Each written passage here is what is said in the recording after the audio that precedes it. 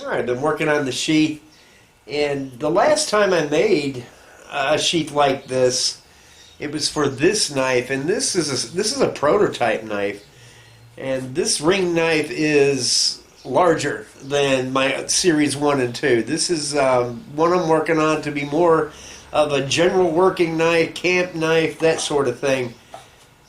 So I basically had to kind of start from scratch with this one, and from this sheath will come kind of a standardized design.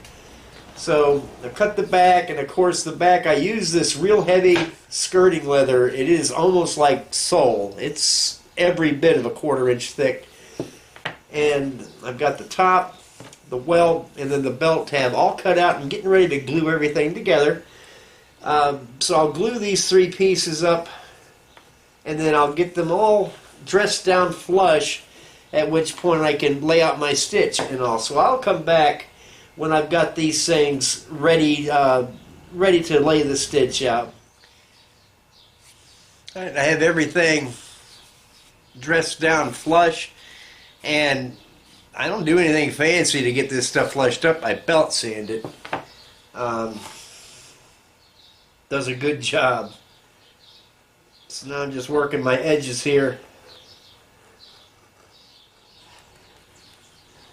And I just take a beveling tool and round my corners out.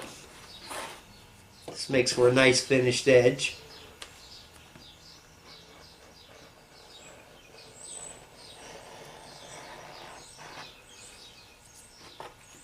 Alright, now I'm going to lay out my stitching on this, and I have to allow for the rivets that are going to occupy these 2 corners right up there. So let me figure out where those are going to go, and then I'll just take this tool here and just run a guide all the way around and get it stitched. And I'll come back after I stitch this up when I'm ready to laminate that or rivet that belt tab on there. Alright, got everything stitched, and everything's flushed up. I've got my belt tab through the first 2 holes, and I'm going to go ahead and get this thing riveted on. And a fellow named Gary, who watches my channel, always makes some nice comments. On my last video where I made sheaths, he suggested turning the sheaths around and pushing them through from this side so the backs were back there. He thought that was a better look, and I'm gonna have to agree with Gary. I was just kind of arbitrarily deciding where I wanted the what direction I wanted them through, but I'm gonna try it Gary's way, and I think he is right. I think this is going to be a better look. So thank you very much, Gary. Trim the post here. And I just do this in a couple of directions to make it more of a point than a chisel shape. Take the other tool and just going to dome that post over to catch that burr and turn it into a rivet.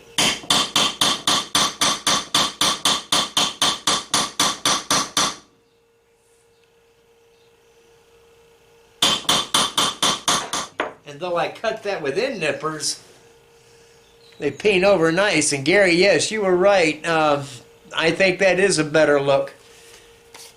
There's no snag or anything like that, and yeah, they have a better look coming through this way, so you can see the burr and the peened post. So, thanks a lot, buddy. All right, I'm going to get these other 2 corners located. Once I get it riveted down, I trim everything and then sand it. Everything's flush, and then it's going to be time to wet form this. Okay, I have some clean hot water here. I'll lay the sheath in there. I just only went deep enough to I want to really saturate that top panel of the sheath, and not so much the base or the sole part, if you will, the heavy part of the sheath. I want the wet forming to occur in that top panel.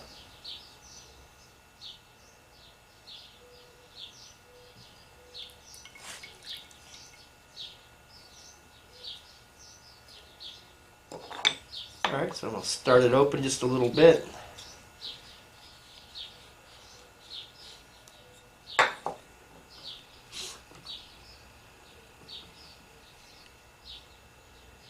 I'm still thinking right-handed here. This is a lefty for the way Dillon wants to wear this knife. Alright, so the first time in, it's pretty challenging. So I take the edge of the knife, push it into my wooden workbench here, and I just use my body weight, just kind of bend it down. I know that welt will stop it right where it needs to be. There we go. Now, I'm just going to take my tool here. I'm just going to start forming the leather around the knife just to make a nice pocket.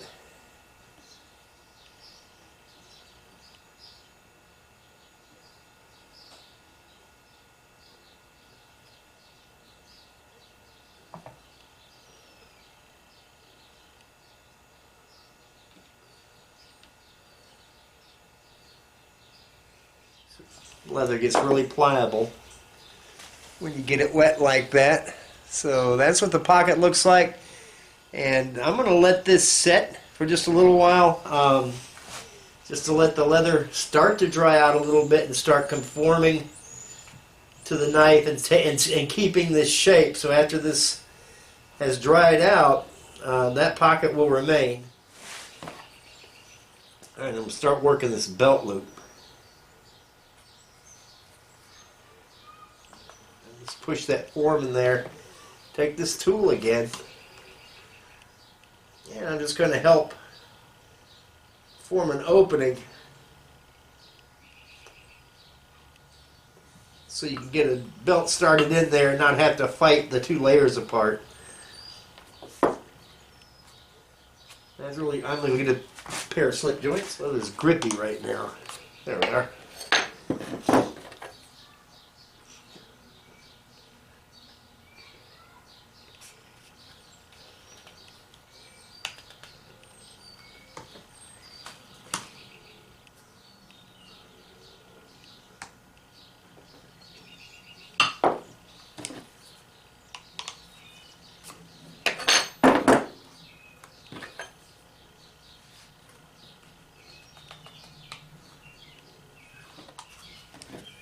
And now while this is wet, I'll put this back in for just a moment. I'm going to put my maker stamp on here.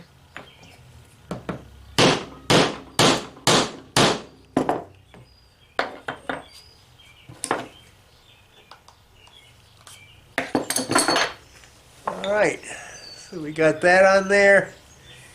And we're going to push the knife back in.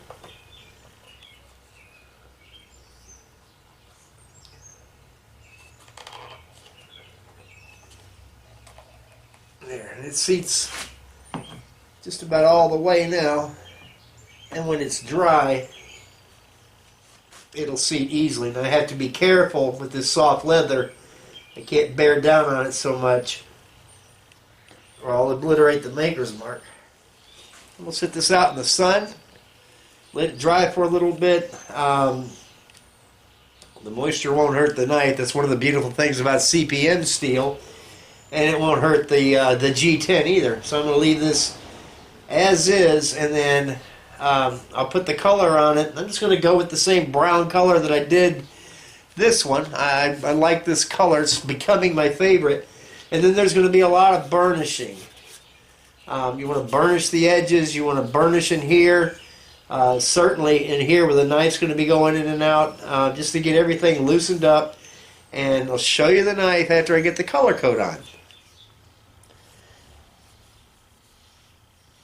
Okay, the sheath is drying right now. I put the dye on it, and then I treated it with my Neatsfoot oil beeswax, and just putting the edge on the knife now. Bent to the soft. This is the hard Arkansas. We'll finish on this black hone, and then finally we'll finish on this leather strop, and then the knife will be ready for Dillon to pick up. So let me. Alright, there's a look at how the sheath turned out. Everything looks good. It's it is just about dry. It's dry enough to put the knife in there. And really like how those rivets turned out. And again, thank you, Gary. But Dillon, this is ready to pick up. It is sharp. It's got a good... Now, you're going to have a little beeswax on this thing when you pull it out of that sheath, which doesn't hurt anything, but just so you know. But yeah, it's got a good working edge on it. It'll shave hair, but it has a good strong angle to it, and it'll give you some good service. I really appreciate your patronage, Dillon, and he's a fellow Ohioan, so he's going to drive over and pick this up. And I've got a couple more on the patterns behind me. I've 2 kitchen knives for an old shipmate. I won't be doing a video series on that because he doesn't watch YouTube. And for my regular viewers, guys, I really appreciate you watching and commenting, although I know this is just as redundant can be. But I do appreciate you keeping in touch and making your comments. It means a lot to me.